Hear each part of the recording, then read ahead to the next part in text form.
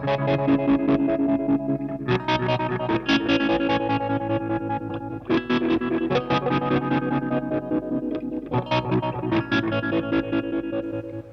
guys, quick fault diagnosing video. I'm just going to go through the process of working out what's wrong with this thing, and I thought it might be a good example to see. You can follow along and see what the actual problem is.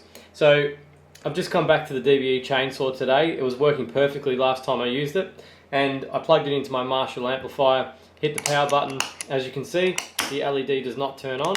You might be able to see if my finger's not in the way. The LED doesn't turn on, but also when it's plugged into the amplifier, there's no effect on the output either. Now that's a little different. I've never seen this. I've never had this problem before, but I have a pretty good idea of what is the cause. So if you had this problem, and let's say the LED worked but the PCB didn't, then you'd isolate it to the PCB. If it was the other way around, the PCB worked but the LED didn't, then you'd isolate it to the LED, because this switch on the back here, this white switch where you plug your power into, these doesn't matter whether it's a switched DC jack or a you know, any of the DC jacks, they all work. They all sort of work similar in this respect.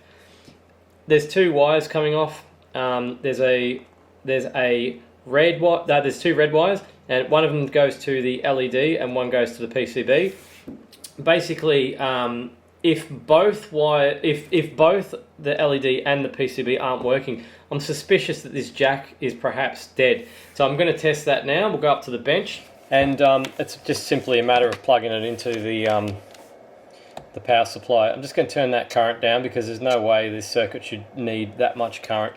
So just 150 will do, just in case there's a problem, there's a short or something. I don't want something bad happening to, well, the pedal or the power supply. So connect this one to the to black, to negative, and connect this one to the positive, and whoops, and then we're going to turn it on to see what happens. I might just double check that, looks a bit close. So that's connected. So now if I turn on the power, so that the power, there's no current, there's no power coming out of the power supply at the moment, it's just in standby. I have to actually turn it on. So I'll turn it on now, and you'll see that the voltage drops and the current goes up very high. That indicates to me that there's a short going on somewhere. So let's just turn that off in case I end up burning something out. And as I said, I'm suspicious that the DC jack is actually what's causing the problem. So let's just confirm that. Let's just bypass the DC jack and put the negative directly onto the other side of the LED. So now the power will be flowing directly through through one leg of the LED and then back out the other to the red. The DC jack's not playing any part in this. And let's turn it back on again. And as you see, the LED is now actually working. So I'm pretty confident that that DC jack is the problem. So I'm going to desolder this one and put a new one in, and then we'll check it and see what happens.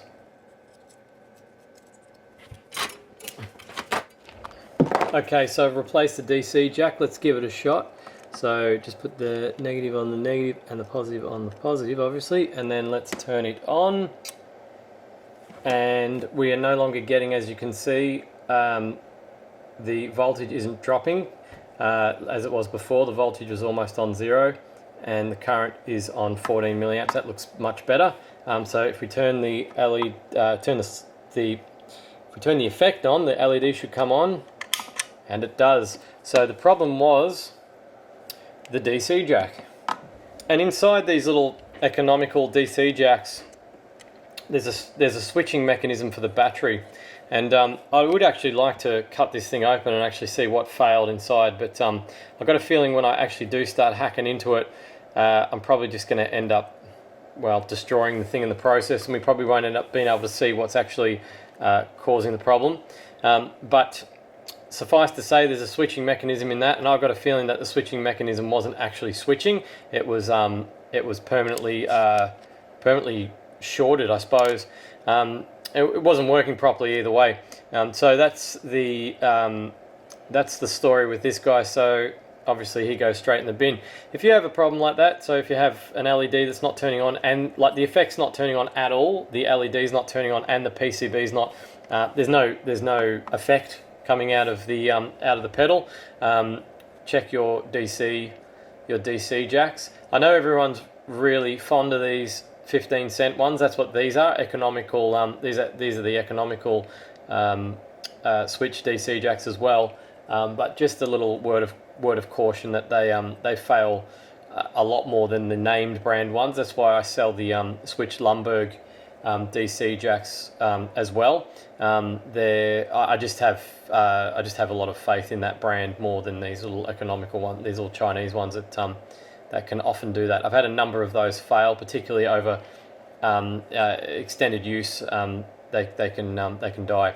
So that was that. I hope you liked the fault diagnosing video. Remember, if you have a problem like this, just go through it systematically and rule things out one by one. Make sure, think of the possibilities. It could be the power supply. Make sure the power supply works. Plug another pedal in. Okay, your other pedal works. What's next? All right, is it the LED that's not turning on? Well, and you just got to sort of work through it, sort of systematically and logically, just like that. So yeah, hope you enjoyed the video, and thanks for watching, and subscribe for more. Cheers.